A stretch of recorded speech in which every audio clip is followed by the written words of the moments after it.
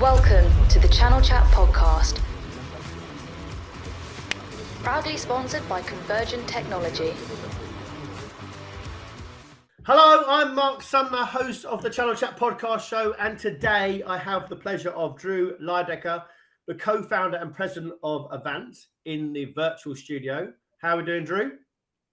I'm fantastic. Great to see you. Happy to be here. This is the second time we've seen each other. If you remember, when was it actually now? Was it 18 months ago we did the live show?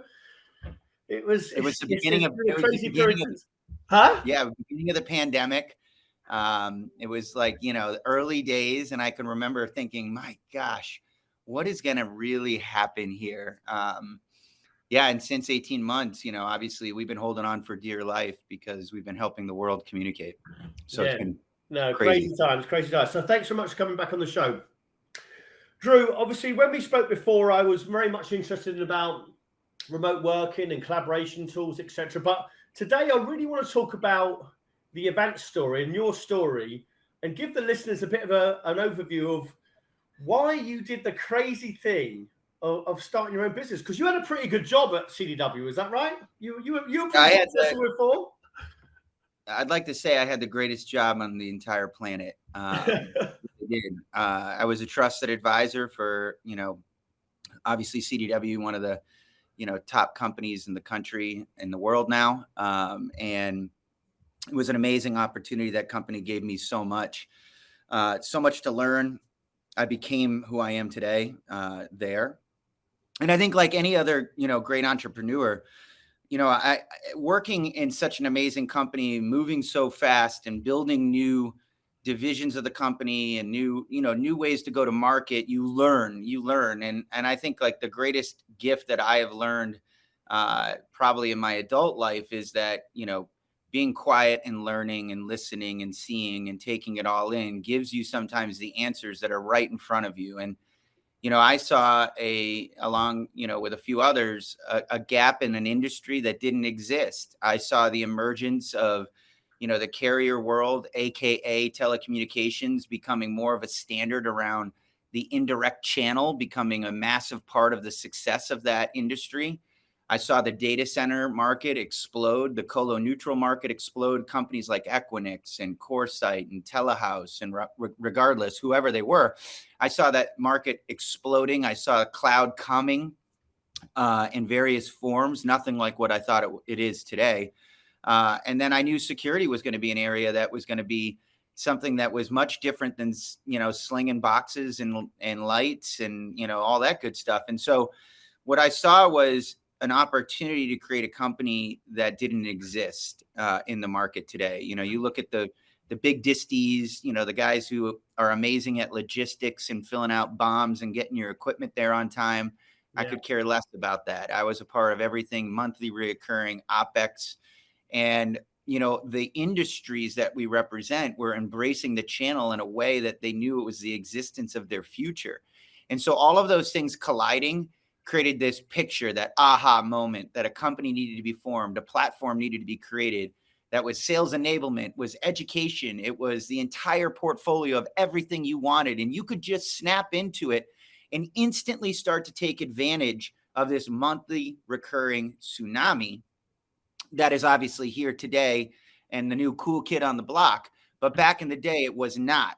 And it was a lot of pulling teeth. It was a lot of education. It was a lot of super hard work.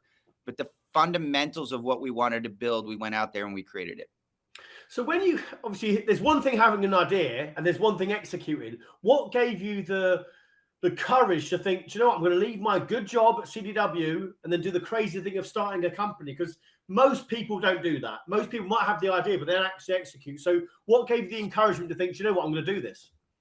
I think what's cool now in life is, doing what scares you the most. And I think that most people don't realize what scares them the most can be the greatest thing that they've ever walked into.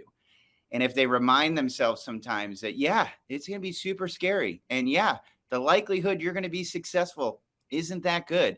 But I got to do it because I know there's a need and I believe. And I will tell you that I know this sounds super simple, but this goes for anybody in anything in any way. You got to believe. And I believed. And I believed in myself. I believed that there was a need for this. And then I lived in a movie, and I know that sounds kind of silly, but I talk about it all the time in motivational speeches and others. You have got to picture yourself in a movie. You've got to picture yourself as the character. You got to have the greatest theme music. You got to dream it. You got to become it. And then it becomes you. And it's just about starting.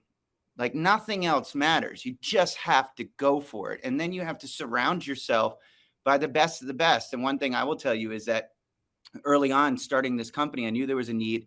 I knew this industry was going to explode. I knew I had the belief, but I wasn't everything. And I knew that too.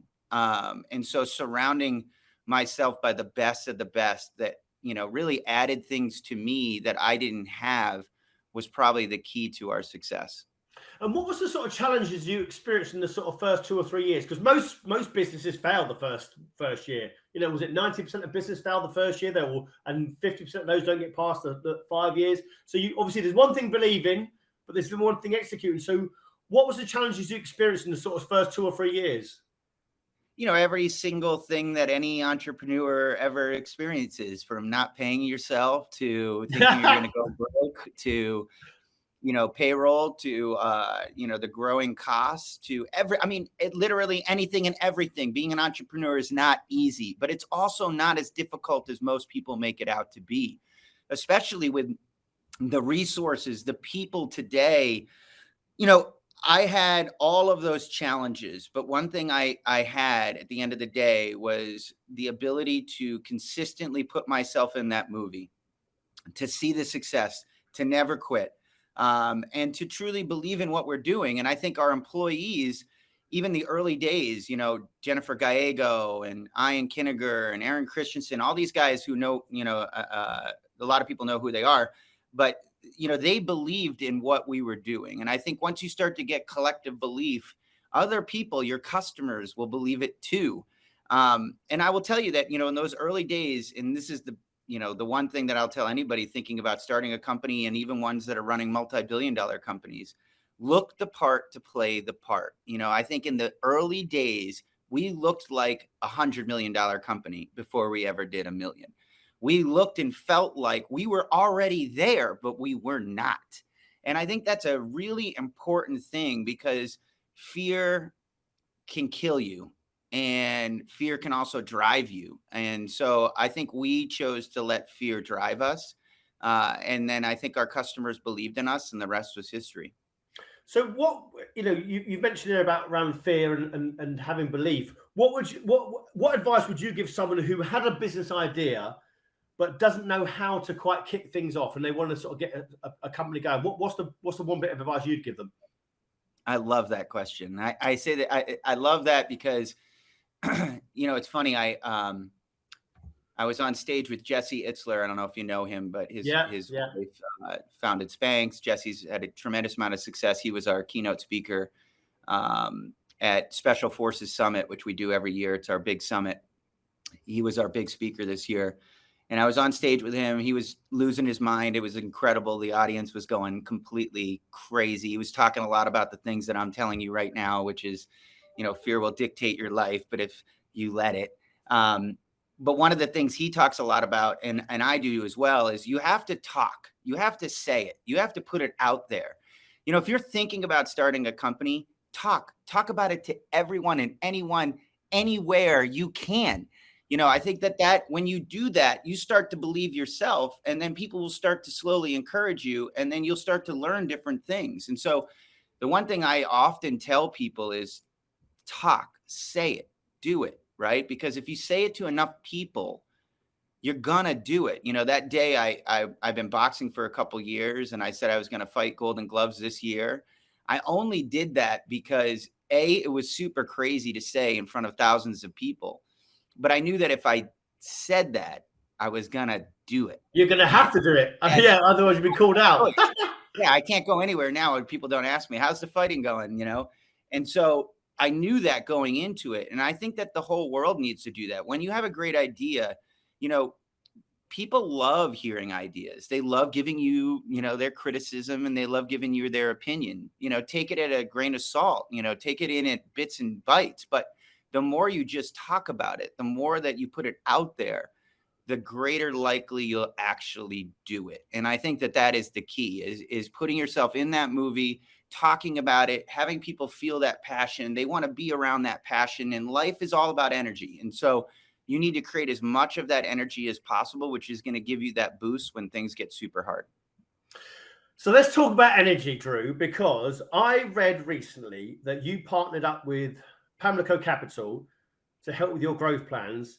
Now, educate me on this, because I tried to do a bit of research into these guys, and I saw them as more of really investing into the management team rather than just VC funding and sort of scaling and etc.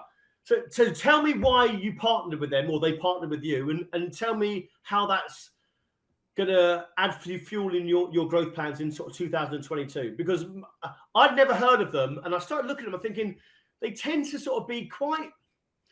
It wasn't just putting up money and letting it grow. They seem to be very entrenched into the business and really invested into the management team, which is unlike VC funding when I normally see it.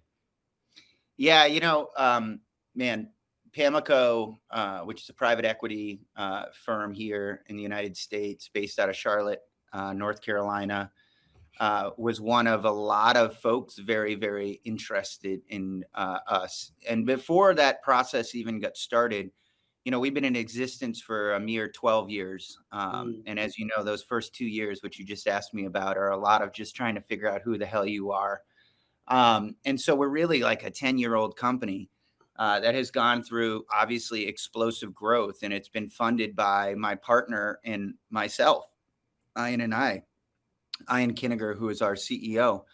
And we always had a dream of $1 billion company, self-funded on our own, in the monthly recurring space, by the way. And it is nuts, and we were on the trajectory of it. And the one thing that I will tell everybody, that's listening, that is, a future entrepreneur as well, self-funding and learning everything in your own way without anybody, next to you from a financial perspective can be unbelievably humbling, but at the same time can be some of the best type of investment you can give yourself, because when it's your money, when it's your everything, you will do everything to make it successful. And it really does drive the belief. But once we got our start and we really started humming, we obviously really invested in the company first, not my partner and I. We really just kept pushing coal back into the stove, with that goal in mind, that simple goal, $1 billion in monthly recurring revenue. And it really, I think when you set the bar 10x, right, you really set it like so stupidly audacious, you're going to land someplace far higher than you ever thought you would. And I think that that was the case, with the movie that we pictured ourselves in, with playing the part before we were the part, until we became it. And then we did. And then, we really were disciplined around building a company with phenomenal intellectual property, but more than anything, the best people in the business. To everyone that's listening that is thinking about doing this, or you're running a company or what have you, when you hire, think about hiring the people that do things that you don't do, that do it 10 times better than you don't do. And you become one, like a team of Avengers, that's kind of what I look at my SLT, my leadership team, is like the team of Avengers. Honestly, I get in meetings sometimes with leadership and I'm just fundamentally blown away with what they're saying and what they're doing, because it's thoughts and beliefs that I would not have had if it was just the two of us. And so we built, obviously a very successful company over those 10 years that put us in a position to be able to go out to the capital market when we knew the market started to move faster than anyone could keep up with. And so that puts you in a difficult position when you're financially funding it just yourself. When an industry like unified communications, it's not a matter of if, it's just a matter of when you're going to move to it. When you think about infrastructure as a service, it's not a matter of if, it's a matter of when you're going to move to it. Cybersecurity, you can just keep going down these paths. we saw a market far bigger than we dreamt. And so we knew it was our time to go to market, to go out there and find a capital partner. And to everyone out there, there comes a time when you can go out and get, to your point, VC money, or you could get early PE money, or you could get, somebody like Pamlico, because you've grown so large that you can pick a team that's all about management, just your management team, and enhancing them. And I'll tell you, a lot of people will go into these types of relationships very scared. They'll go into it as, well, they're going to tell us what to do or what have you. But if you go into it as you're adding even smarter Avengers in their space and you embrace it as a team, we saw that with Pamlico. And we were so fortunate that they picked us and we picked them in an incredibly successful raise that allowed us to find our future partner, who is truly built on backing, billion-dollar management teams, which they felt that we had, and giving us that energy, which is where I think you were asking me, that quite frankly, we didn't necessarily have. And I mean that by the financial markets. I mean that by investment, smart money, as I kind of call it. And to have that smart money partner now on, you surround yourself with the technological smart people. You surround yourself by the people that are the visionaries in this industry. We're going to be tough to beat. And they're really coming here to add to our story, to make us move as fast as we need to move in a market that's truly just exploding. Absolutely. Well, you mentioned, obviously, it sounds great. Hopefully it's a match made in heaven. You obviously had a lot of choices at that point. What was it for you that decided that they were the right guys to go with? Because if you had lots of suitors, did you have lots of discussions early on, or did you narrow it down to sort of 3 or 4 discussions where you thought we'll meet these sort of 3 or 4 people? How did it happen, Drew? Yeah, I think we think pretty highly of ourselves, obviously, as you can see from, kind of my comments, but, we're also very humbled, right? And when you've never been through a process like this, you don't know what you don't know. You hope people like you. You hope people believe in what you believe, you've built and what have you. And yes, we were pleasantly shocked at the interest that AVANT drew. And it was from, world famous companies that, you obviously have heard of in the private equity space. And what really drew us to Pamlico is, I think it's like anything else in life. You could sit in a room and you instantly know if you're comfortable with somebody. You instantly know by the chit chat and by the small talk, how you feel. You've got it inside. Everybody does. And my entire team felt it the day we met them. There was a sense of comfort. There was a sense of, they weren't like everyone else from New York and Boston and what have you in Silicon Valley. They were a little different. But more importantly, they were really honed in on us as a management team. And I think that was something that we just really adored, because we love outside perspective. We love smart people, and we will listen until we fall asleep. I think that's the truth. We listen to really bright people who have been there, done that, and can help amazing companies become even more amazing. If you look at Pamlico, I think they look at about 1,000 companies a year and they pick 3. Wow. And so, to be in that, kind of class, I guess, if you will, we felt pretty special. And I think, knock on wood, I always like to say, so far, it has been incredible experience and everything that we kind of pictured it to be. It sounds great so far, Drew. It really does. Now, I'm going to be honest with you. About a few years ago, and I think I mentioned this to you before when we spoke before, I'd never heard of a master agent. I'd never heard of AVANT.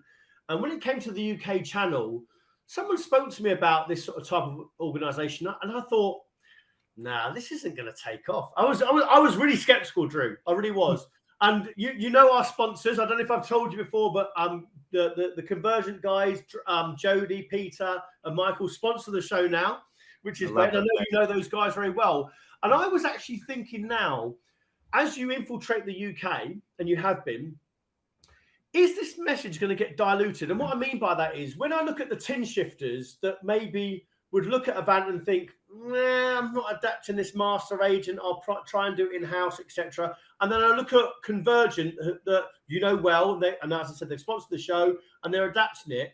Is that message going to get diluted in the UK? Because the more you come into the UK and the more research you're going to do, is the vendors going to, is the value going to be diminished throughout the reseller land? No, I think that your skepticism is kind of a national thing. Is it really? Oh yeah, yeah. First off, let me fully disclose here. My favorite city in the entire world is London, hands down. Okay, I'd move there in a heartbeat. And I love everything about the UK, and I really love Europe in general. And I don't know if you knew this, but the whole reason why we started in the UK was because I was actually stuck there for my first visit ever when the Icelandic volcano erupted and they shut down the airspace. I didn't know that. Great. I wish we had an hour podcast for just that story. But to some of your listeners, I was staying at the Andes Hotel, very nice hotel in the financial district. I had just started the company and had no business being there, but a friend had hooked me up with a discount. And I was with, my future CEO now, Ian Kinniger, and another buddy of mine, Shane McNamara, who's runs all of operations for us.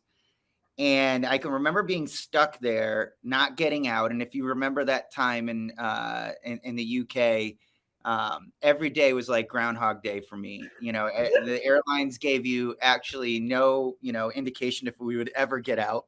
We were calling container ships to try to get spots on a container a year out to literally try.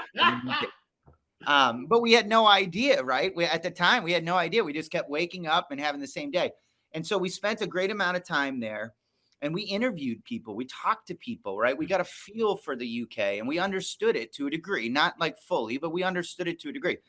And we said, we have to come back here. We have to come back here and build this model that so desperately needs to be had in this space. And I'll tell you why. When you know this, right? You're dominated by resellers. And sometimes you got people that put their own label on it. It's a lot of confusion. There's a lot of things underneath that, right? Loads. And then you show them our model where it's like, why would you create all that risk? Why would you create that, that diluted value prop when you're representing incredible brands? What if I could do that and be more profitable and less risky and allow you to scale in a way you could never do on your own? And so what we've found is once the UK starts to truly understand this model, like Convergent, it's a great example, right? They get it. They understand, and they are evolving and they're becoming. And that's why they'll be one of the best in the UK. But I would say that to the skeptics out there, if you're running the same 10-year playbook, in today's gig world, you could be terminally ill and you don't even And so the second you start believing and wondering why companies like Pamlico invest in platforms like us, and you wonder why the UK team is now our number one team in the company, in growth and everything else, you want to hitch your wagon to those early days. You want to come in, get involved with our UK team and see what these evolvers are doing. It's still early days for you guys. It really is. You're a couple years behind in some of the adoptions around technology that we're seeing here, but It is coming fast and furious. And I think that to that market, that dilution question, no, because the second you really hear the value prop, you truly understand the first things you should say, which most do in the UK, this almost sounds too good to be true. Yeah. We hope you're enjoying this episode of the Channel Chat podcast. And now a few words from our sponsor. Channel Chat is brought to you by Convergent Technology. The Convergent team is made up of experienced and innovative IT professionals. Our mission is to disrupt the traditional reseller market, and we want the most aspirational salespeople to join our team as part of our journey. We know IT sales has a bad rep, so we've created a rewarding culture with the best remuneration and career progression in the industry. Check out convergenttechnology.com for more info. Do you ever get it? It's hard to convince some resellers in the UK that have got those blue badges. They've got Lenovo, they've got Dell, they've been selling HP. They're leading with those solutions, and they don't want to really hear what you're saying. They don't want to hear about these new age technologies. How do you convince a classic tin shifter that's maybe been an HP Platinum partner? And they don't really want to evolve. Okay, so, listen, I won't name names here in terms of companies, but I worked for one of the big blues. Let's call it that way, right? Big blues. There's a lot of big blues out there. You guys all know who I'm talking about. You might have just mentioned a couple of them. They're the big companies that dominated IT forever. When I graduated college, right, there was a handful of companies that everybody in this world knew, and it was a safe place to go. Heck, when I worked for one of those big blues, I was taught to scare IT that, hey, if you buy everything from me, you're not going to get fired. Today, in our new marketplace, the new world that we live in, if you buy everything from big blues, you're going to get fired. There's a world of choice now. And I think you're seeing this as you've met us and you understand our ecosystem and the service providers. There's this new world that we all live in. And, when you think of IT, anything related to IT, you think about a world that is not dominated by big names anymore.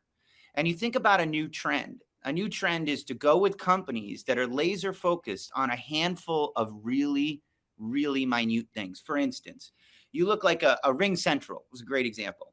Ring Central doesn't sell you cable internet. They don't sell you servers. They don't sell you PBXs. They don't sell you security hardware. They literally do really a few things: unified communications and CCAS and video, right? And they'd like to say that they do it better than anyone on the planet. They certainly have grown to become one of the biggest on the planet. But that trend to go to companies like Ring Central, for instance, who was not a household name, by the way, a couple years ago, and is still not technically a household name, but they are disrupting the likes of household names, right? They are crushing and putting out of business companies like Cisco or Avaya or Mitel, or companies that have 200 million handsets that didn't evolve fast enough and have now chosen them as their cloud platform of the future. Listen, at the end of the day, here's the deal, and this is the truth, and anybody can argue with me or not, but there's never been more choice of laser-focused companies who have a net promoter score higher than Apple and UPS and FedEx, that are doing things better than any IT staff could do on their own, period. And you shouldn't be doing all these things on your own, because as we evolve into new companies and new ways to do IT, we must embrace companies that give white glove approach to something that you're just not that good at. And so today, at AVANT, we represent 230 disruptors around the world. These are service providers like Ring Central, who we're their largest partner with. And so when you get in that world, that ecosystem, and you start to learn what they're doing, the big blues of the world become kind of archaic and slow. And I think that world will rapidly change. I really do. I think some of these disruptors will become eventually household names. It's a cycle out there. We've all seen it come and go. But we are embracing that world. And I think that the faster the companies that have been running that same 10-year playbook start to adapt to that too, not necessarily abandon it, by the way, not at all. Keep that, right? But round out the rest of yourself, your company, your thinking, your knowledge, with the emerging markets and emerging companies that are coming up and eating your lunch and you don't even know it. It's like the beginning of AWS and the hyperscaler movement too. No, absolutely.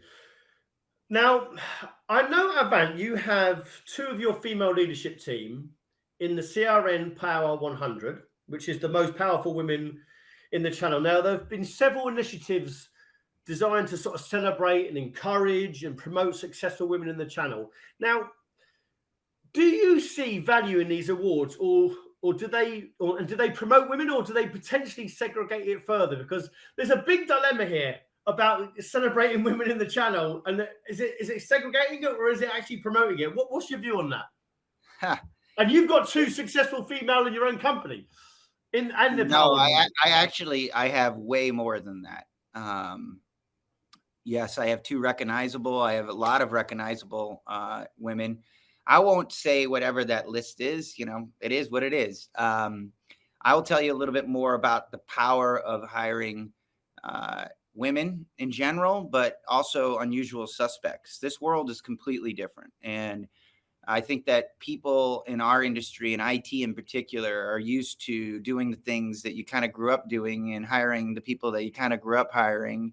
And I will tell you that, in my humble opinion, is the wrong playbook. I think that fresh minds that have nothing, no expectations, but also at the same time have no 10-year, 15-year run rate at working for one of the big blues or somewhere else, and they're kind of stuck in that way. I think about all the amazing women in our company. One who leads our education practice. She was a high school teacher before she came here, and her values that she learned as a high school teacher that she is now incorporating here. She was a top 5 most valued employee of our company. I mean, it did start with Jen Gallego, who is our leader that I think you're referring to. Jen Gallego, who, is president of our sales, runs global sales for us. She was one of the early founders of the company, started with us in the early days, and was an incredibly powerful person, powerful woman who attracted a lot of other, powerful women. But they didn't come from this industry. They came from every walk of life. They came from sometimes right out of school. Today, we're majority women of a company as employees. I would say it's probably one of the, key reasons for our success. The passion, the loyalty, the demand for excellence, the, nonstop learning. I can go on and on and on. The pride, that everyone has here, and the different perspective. I think that, today most tech companies don't look at all the perspectives that come from all different walks of life. And the faster that you can get on that board, the faster I think you become what the future of companies will look like. And I think AVANT has painted that picture really nicely. Drew, I love what you've said there. But let me just sort of come back on that.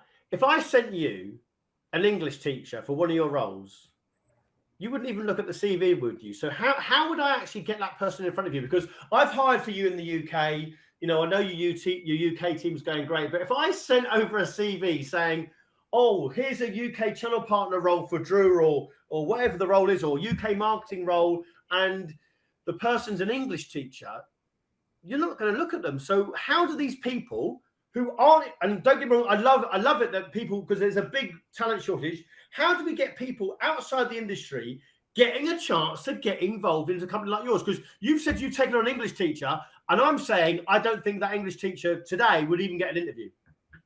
Okay, it's a great question. You're really trying to challenge me here today, and I'll tell you this. But it's a great question. Let's take you out of the equation. Let's just say it was, something that I was just speaking with a high school teacher, or whoever the case may be.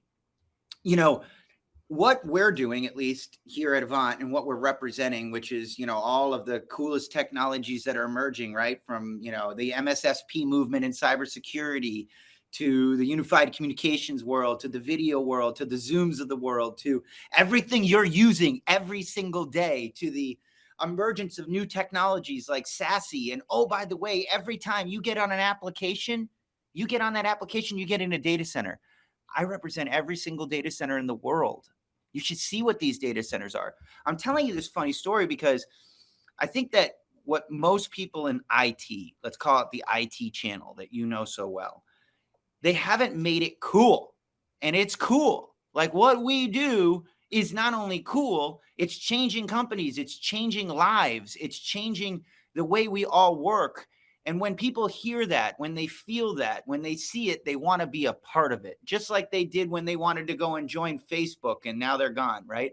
Or when they joined Amazon, or when they joined Google, or what have you, right? They did an amazing job of teaching people about what is possible in the future and what they're doing right now to help shape it.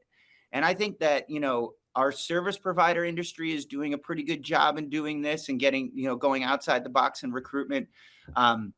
We certainly have, as our retention is, I think it's less than 5% since history. And so virtually everybody still is with us today. And I think, that is around, painting that picture, being a part of a movement. We're a part of a movement. We started saying that before it was a movement, and then it became a movement.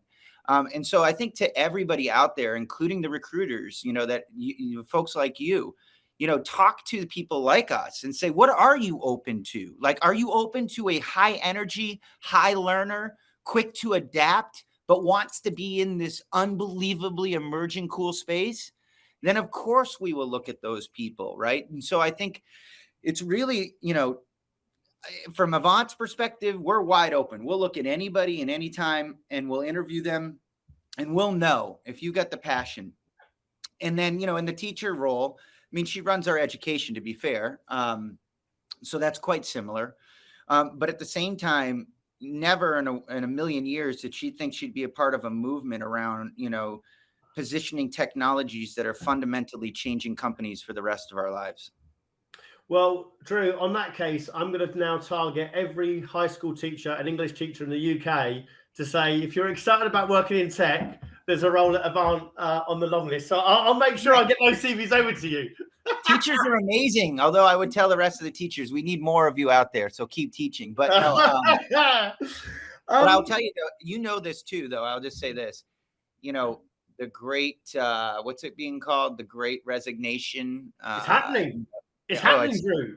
It's shocking and cool at the same time. But I say shocking just in, watching LinkedIn and, people getting on LinkedIn and it's like they're picking their college that they're going to for, their D1 scholarship. That'll all change. I think that will change, but I think that it's going to also push a lot of other people, not Avant, just Avant, other people to look at alternative places to bring in people. And I really can't stress it enough. When you bring in unusual suspects, you get the thoughts that you don't have. And when you have that and the passions around it, you can become something vastly different. And so I can't suggest that enough to people. And I would definitely recommend, and I think you would too, embracing that now, because I don't think it's going to get any easier here over the next 12 months. No, it's not. There's a serious talent shortage. Now, talking of talent shortages, whether they've got experience or not in IT, or they're working outside, or they're a teacher, as you've said, how does someone impress Drew when they come to interview? What are you looking for when someone comes to interview with you? How do we get a job with Avant? Well, if you haven't noticed, I like energy, and I like to create a lot of energy. But I think my energy comes from the fact that I'm just so fortunate to be in the place that I'm in the industry that I'm in, working for the company that I'm working with, and having the people around me, and that positive attitude that no matter how hard it gets and everything else, that the light's at the end of the tunnel, the hope is always there, right? And so I relate to people who can come across like that. To me, energy is everything. If you are not necessarily the most knowledgeable person in certain areas, as long as you have the passion and the ability to believe where we think we're going, and you can see that in people. You either know it or you don't. It's like, I don't know, if you're a Manchester fan, you're a Manchester fan. If they're saying they're a Manchester fan, you guys all know they're not a Manchester fan. They're just saying it.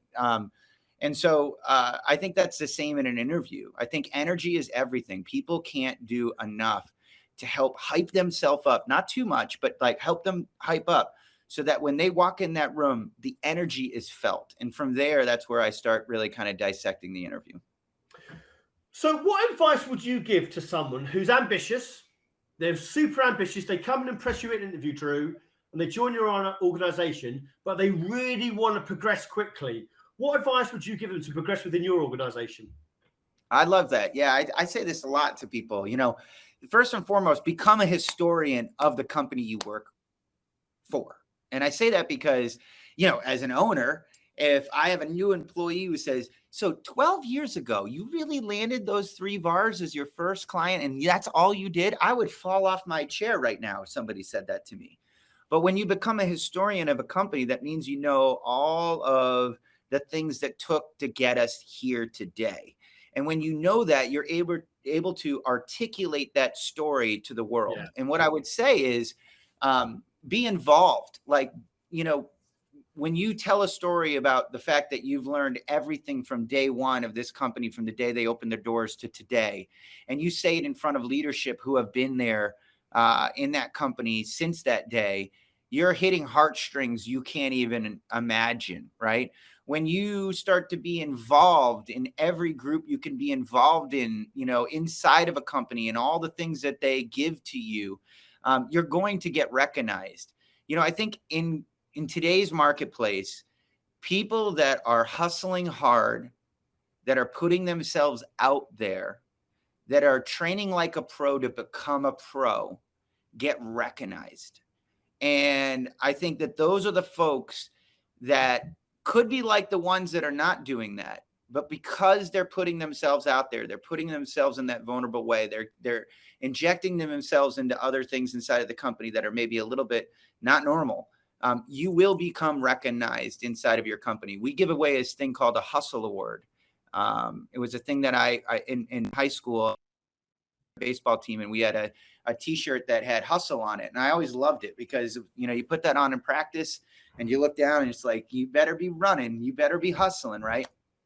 And I thought it would be cool inside of AVANT to give hustle awards from your peers, because it talks a little bit about what I just told you.